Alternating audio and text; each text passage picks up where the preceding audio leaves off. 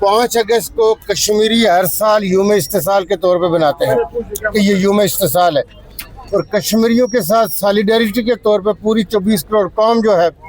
वो भी इसको यूम इस्तिसाल के तौर पे बनाती है। LOC की इस तरफ लोग हों या LOC के उस तरफ हों, जब पाकिस्तान से बाहर हमारा जो डायस्पोरा है वो इसको यूम इस्तिसाल के तौर पर मुनक्किद करता है। पाकिस्तान तहरीक इंसाफ का आज किसी और हड़ताल की कॉल देना, कोई और हड़ताल करना, कश्मीरी तकमील पाकिस्तान की जंग कर रहे हैं, और उनकी जो जदोजहद आज़ादी है उसके ऊपर नमक पाशी के मुतरादिफ है कि जो यूम इस्तिसाल के तौर पर मनाया जाता है उस दिन को मसक करके कोई आप और एहतजाज की कॉल दे, कोई और हड़ताल करें।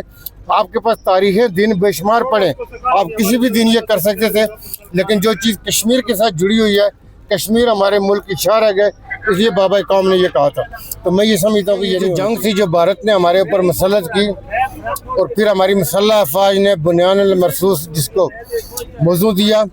उससे जो जवाब दिया गया वो दुनिया ने देखा है कि भारत को अजीमत उठाना पड़ी, खिफत उठाना पड़ी, दुनिया के सामने रुसवा हुआ है। हम ये समझते हैं कि हिंदुस्तान 100 करोड़ की आबादी का दावेदार है। हिंदुस्तान के ऊपर ये जिम्मेदारी आयद होती है कि अगर वो इस खित्ते के अंदर प्रॉस्पेरिटी चाहता है, वो चाहता है कि लोग प्रॉस्परस करें, लोग अच्छी ज़िंदगी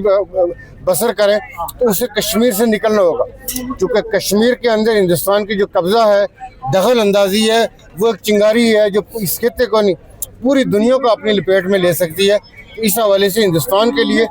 न सिर्फ ये जंग एक पैगाम था, बल्कि हर आने वाले एक दिन उसके लिए पैगाम होता है कि उसे कश्मीर से निकलना चाहिए।